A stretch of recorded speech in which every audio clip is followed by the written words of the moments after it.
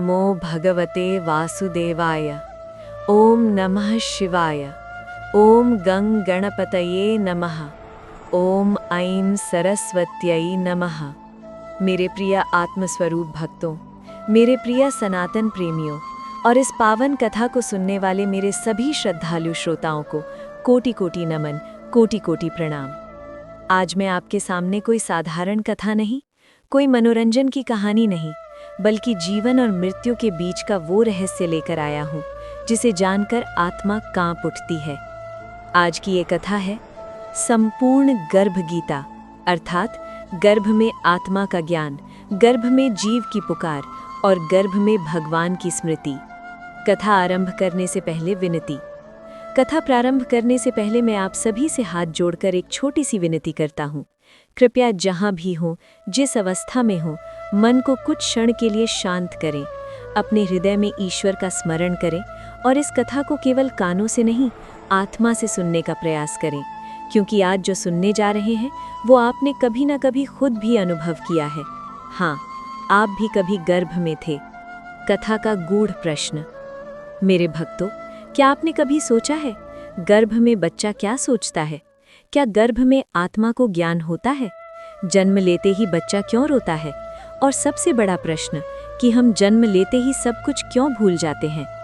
इन सभी प्रश्नों का उत्तर छुपा है गर्भ गीता में। गर्भ गीता क्या है? गर्भ गीता कोई अलग ग्रंथ नहीं, बल्कि वो दिव्य ज्ञान है जो हमें गरुड़ पुराण, पद्म पुराण और सनातन शास्त्रों के माध्यम से प्राप्त होता है। गर्भ गीता बताती है कि जीव जब माँ के गर्भ में होता है तब उसे अपने सभी पूर्व जन्मों का स्मरण हो जाता है। वो भगवान को पुकारता है, रोता है और जन्म लेने से पहले संकल्प करता है। मेरे प्रिय भक्तों, आज चाहे आप जवान हों, वृद्ध हों, माता हों, पिता हों या संतान, ये कथा सबके लिए है। माता के लिए ताकि वो गर्भ संस्कार को समझ सके, पिता के लिए ताकि वो अपने कर्तव्य को जाने, युवा के लिए ताकि वो जीवन का उद्देश्य पहचाने और वृद्ध के लिए ताकि वो आत्मचिंतन कर सके। ये कथा सुनते समय कई बार आपका मन भारी होगा, आंखें नम होंगी और हृदय पूछेगा, क्या सच में मैंने गर्भ में ऐसा कहा था? हाँ भक्तों, शास्त्र कहते हैं हर आत्मा गर्भ में भगवान को याद करती है। एक रहस्यमयी सत्य शास्त्रों में लिखा है, गर्भस्थ जीव 9 महीने तक उल्टा लटका हुआ अंधकार में मल मूत्र के बीच कष्ट सहते हुए केवल एक ही नाम जपता है, हे नारायण, हे नारायण। लेकिन जन्म लेते ही माया का ऐसा प्रहार होता है कि सब कुछ भूल जाता है। कथा का उद्देश्य। मेरे प्रिय भक्तों, इस कथा का उद्देश्य डराना नहीं है, बल्कि जगाना है। ये कथा हमें सिखाती है कि मानव जीवन यूं ही नहीं मिला, ये कर्मों का फल है और इसे व्यर्थ गंवाना सबसे बड़ा पाप है। आज के युग से जोड़ना। आज का मनुष्य भगवान को तब याद करता है जब दुख आता है, लेकिन गर्भ में वो भगवान को हर क्षण याद करता था। तो प्रश्न उठता है कि क्या हम इतने बदल गए या माया ने हमें बांध लिया? कथा में आगे क्या आएगा? मेरे भक्तों, आने वाले चरणों में आप सुनेंगे आत्मा का स्वर्ग नरक से लौटना, कर्मों का हिसाब, गर्भ में प्रवेश की पीड़ा, गर्भ में भगवान से संवाद, गर्भ गीता का दिव्य उपदेश और जन्म लेते ही स्मृति का लोप। कथा आगे बढ़ाने से पहले मैं आप सभी से एक छोटा सा संकल्प चाहता हूँ। कृपया, मैं इस कथा को अंत तक सुनूंगी और इससे मिली शिक्षा को जीवन में उतारने का प्रयास करूंगा। यदि आप तैयार हैं तो मन ही मन कहिए, ओम श्री हरि। भक्तों, अब हम आपको गर्भ गीता का परिचय एवं शास्त्रीय आधार देंगे। मेरे प्रिय भक्तों, अब हम उस द्वार पर पहुंच चुके हैं जहां से गर्भ गीता का वास्तविक रहस्य प्रारंभ होता है। अब तक आपने जाना कि गर्भ गीता कोई साधारण कथा नहीं, बल्कि आत्मा का स्वयं से किया गया संवाद है। अब प्रश्न उठता है, गर्भ गीता आई कहां से? क्या ये केवल कल्पना है या शास्त्रों में इसका प्रमाण है? आइए अब इस रहस्य से पर्दा उठाते हैं। गर्भ गीता का शास्त्रीय मूल। मेरे भक्तों, सनातन धर्म में कुछ सत्य ऐसे हैं जो आंखों से नहीं, अनुभव और शास्त्रों से जाने जाते हैं। गर्भ गीता का वर्णन हमें मुख्य रूप से मिलता है गरुड़ पुराण, पद्म पुराण, भागवत महापुराण और मार्कंडेय पुराण में। इन शास्त्रों में भगवान विष्णु और गरुड़ जी के संवाद में गर्भस्थ जीव की अवस्था का विस्तृत वर्णन है। गरुड़ पुराण का रहस्य। गरुड़ पुराण में भगवान विष्णु कहते हैं, ओम, हे गरुड़, जीव जब माता के गर्भ में प्रवेश करता है तब उसे अपने हजारों जन्मों का स्मरण हो जाता है। वो अपने कर्मों पर पश्चाताप करता है और मुझसे मुक्ति की याचना करता है। मेरे प्रिय भक्तों, यही गर्भ गीता का मूल स्वर है। आत्मा अमर है, शरीर नश्वर। शास्त्र स्पष्ट कहते हैं, ओम न जायते म्रियते वा कदाचित, नायम भूत्वा भविता वा न भूय। अर्थात आत्मा न कभी जन्म लेती है न कभी मरती है। तो फिर प्रश्न उठता है, जब आत्मा अमर है तो गर्भ में कौन कष्ट भोगता है? उत्तर है जीवात्मा, जो कर्मों से बंधी हुई है। कर्म सिद्धांत और गर्भ। मेरे भक्तों, गर्भ में प्रवेश कोई संयोग नहीं, ये कर्मों का परिणाम है। जिसने जैसे कर्म किए वैसा ही शरीर पाया, वैसा ही परिवार मिला, वैसी ही परिस्थितियां मिली। ओम कर्मणा जायते जंतुः कर्मणा जायते कुलम। माता पिता का चयन कैसे होता है? ये प्रश्न बहुत लोग पूछते हैं। क्या माता पिता हम चुनते हैं या भगवान चुनते हैं? शास्त्र कहते हैं, कर्म माता पिता चुनते हैं। जिन आत्माओं का कर्मों का हिसाब मिलता है वही एक दूसरे से जुड़ते हैं। इसलिए कोई गरीब घर में जन्म लेता है, कोई राजमहल में, कोई सुख पाता है, कोई जन्म से कष्ट भोगता है। ये सब गर्भ में जाने से पहले तय हो चुका होता है। गर्भ में चेतना कैसे आती है? अब एक और गूढ़ प्रश्न, क्या गर्भ में बच्चा सच में सोच सकता है? मेरे भक्तों, विज्ञान भी आज मानता है कि तीसरे महीने से भ्रूण में चेतना विकसित होने लगती है, और शास्त्र तो इससे भी आगे कहते हैं, ओम 7वें महीने में जीव को पूर्ण स्मृति प्राप्त हो जाती है। यहीं से गर्भ गीता प्रारंभ होती है। गर्भ गीता क्यों महत्वपूर्ण है? मेरे प्रिय भक्तों, आज का मनुष्य जन्म को उत्सव बनाता है लेकिन गर्भ को भूल जाता है, जबकि गर्भ ही जीवन की पाठशाला है। गर्भ में आत्मा भगवान को पहचानती है, कर्मों को स्वीकारती है और मुक्ति का मार्ग जानती है। गर्भ संस्कार का रहस्य। शास्त्र कहते हैं, ओम जैसा वातावरण वैसी चेतना। इसलिए माता का मन, माता का भोजन, माता का श्रवण, माता का चिंतन, सब कुछ गर्भस्थ जीव पर प्रभाव डालता है। इसी को कहते हैं गर्भ संस्कार। आज के युग में गर्भ गीता। मेरे प्रिय भक्तों, आज की दुनिया में बच्चे चिड़चिड़े क्यों हैं? युवा भटक क्यों रहे हैं? मन अशांत क्यों है? क्योंकि हमने गर्भ को केवल शरीर समझा, आत्मा नहीं। एक मार्मिक उदाहरण शास्त्रों में आता है, ओम एक जीव गर्भ में रोते हुए कहता है, हे प्रभु, इस बार मुझे मानव देह दी है तो मैं तुझे नहीं भूलूंगा, बस मुझे बाहर निकाल ले। लेकिन जन्म लेते ही माँ का स्पर्श, संसार की माया, इंद्रियों का आकर्षण सब कुछ भुला देता है। गर्भ गीता का उद्देश्य। मेरे प्रिय भक्तों, गर्भ गीता का उद्देश्य भय दिखाना नहीं, दुख बढ़ाना नहीं, आत्मबोध कराना, जीवन का लक्ष्य बताना, भक्ति की ओर मोड़ना। श्रोताओं से आत्मचिंतन। अब मैं आपसे एक प्रश्न पूछता हूँ, क्या आपने कभी अपने गर्भ की अवस्था को याद किया? नहीं, क्योंकि माया ने ढक दिया। लेकिन आज ये कथा उस पर्दे को धीरे धीरे हटाएगी। मेरे भक्तों, आज आपने जाना गर्भ गीता का शास्त्रीय आधार, कर्म और गर्भ का संबंध, आत्मा और जीव का अंतर, गर्भ संस्कार का महत्व। मेरे भक्तों, अब हम आपको उस मोड़ पर ले चलेंगे जहां जीवात्मा को अपने पूर्व जन्म का स्मरण होता है। मेरे प्रिय भक्तों, अब कथा उस मोड़ पर पहुंच चुकी है जहां आत्मा स्वयं बोलने लगती है। अब जो आप सुनने जा रहे हैं वो केवल कथा नहीं, हर जीव की आत्मकथा है। मृत्यु के बाद आत्मा की यात्रा। मेरे भक्तों, जब शरीर अंतिम सांस लेता है तब आत्मा नहीं मरती। शास्त्र कहते हैं, शरीर नष्ट होता है, आत्मा नहीं। मृत्यु के क्षण आत्मा शरीर से निकलते ही भय, पीड़ा और मोह से भर जाती है। यमदूतों का आगमन। गरुड़ पुराण में वर्णन आता है, जैसे ही प्राण निकलते हैं वैसे ही यमराज के दूत जीवात्मा को पकड़ लेते हैं। कोई रोता है, कोई चीखता है, कोई पश्चाताप करता है, लेकिन समय समाप्त हो चुका होता है। कर्मों का लेखा जोखा।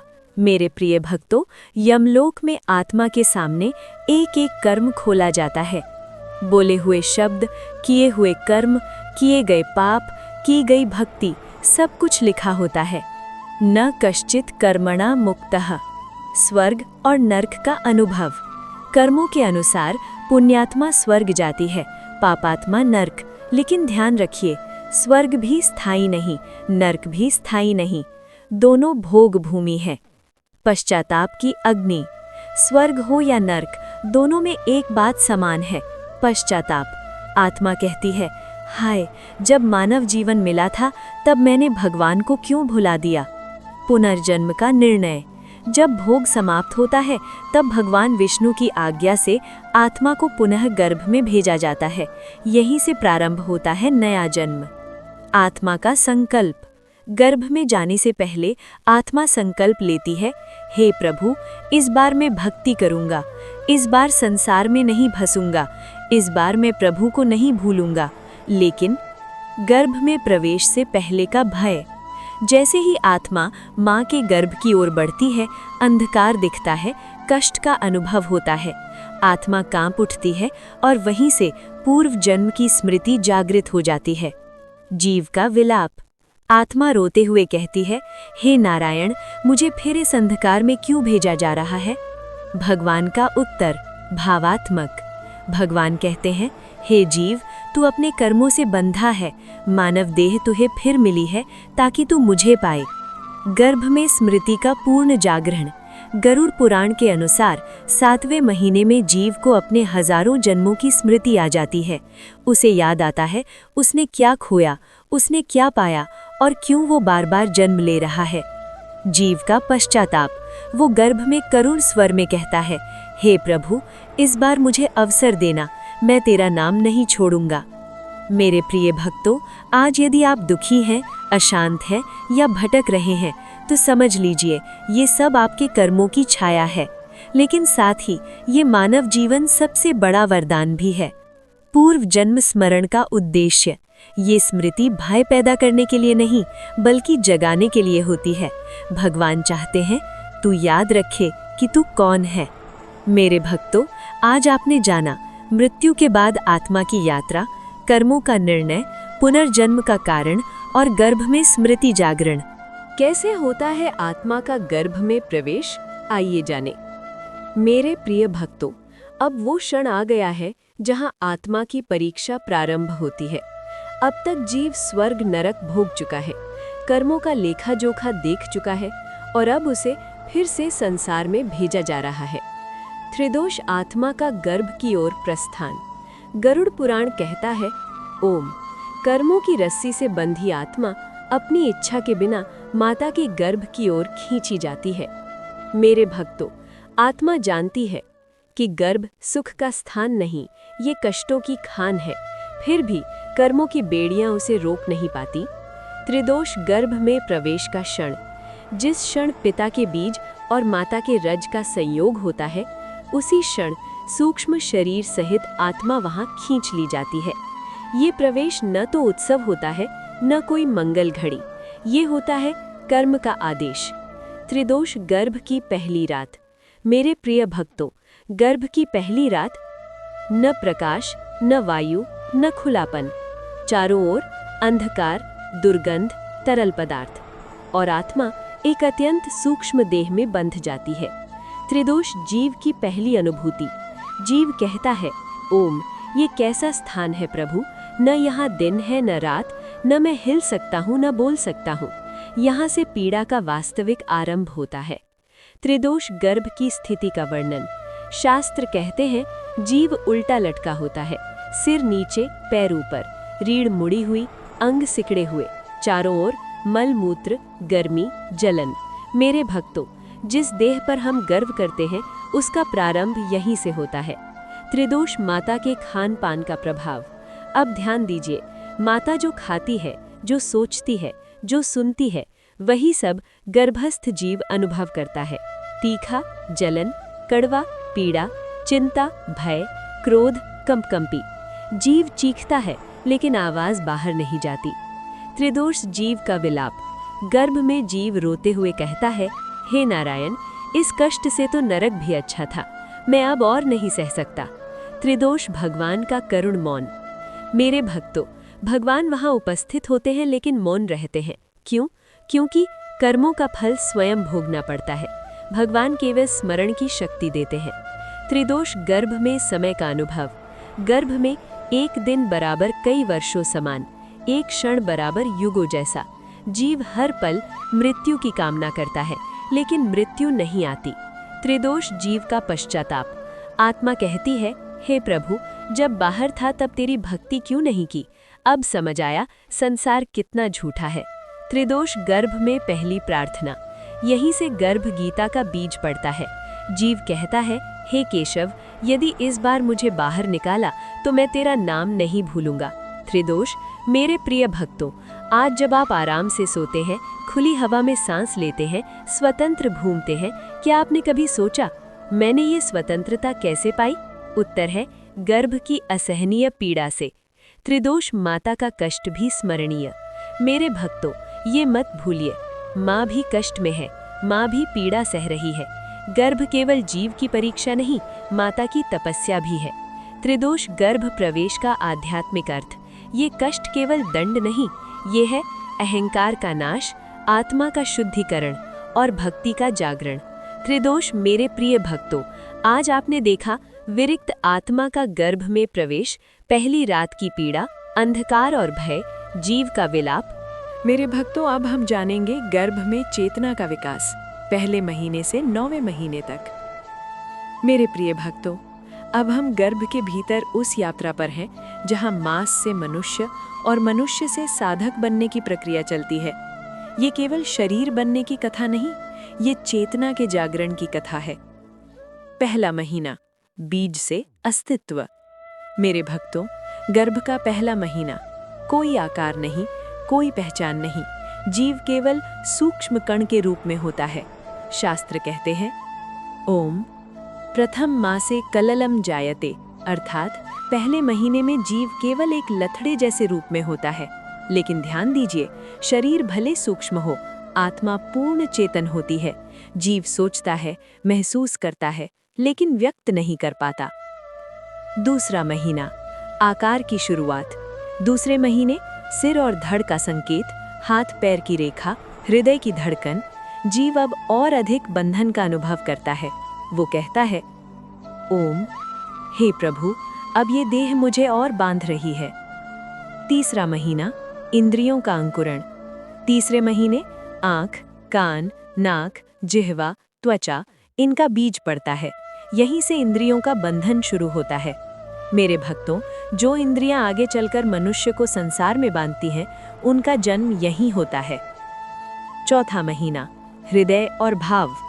चौथे महीने हृदय विकसित होता है, भावनाएं जागती हैं। अब जीव माता के मनोभावों को स्पष्ट अनुभव करता है। माँ दुखी, जीव दुखी। माँ प्रसन्न, जीव शांत। माँ क्रोधित, जीव भयभीत। इसीलिए शास्त्र कहते हैं, ओम, गर्भ में माता का मन बालक का भाग्य लिखता है। पांचवा महीना, चेतना का विस्तार। अब जीव स्पर्श अनुभव करता है, ध्वनियां सुनता है, कंपन महसूस करता है। माता का भजन, गाली, रोना, हंसना, सब कुछ जीव के भीतर उतरता है। यहीं से गर्भ संस्कार गहराने लगते हैं। छठा महीना, स्मृति का जागरण। मेरे प्रिय भक्तों, छठा महीना अत्यंत रहस्यमय है। अब जीव को पूर्व जन्म की झलक मिलने लगती है।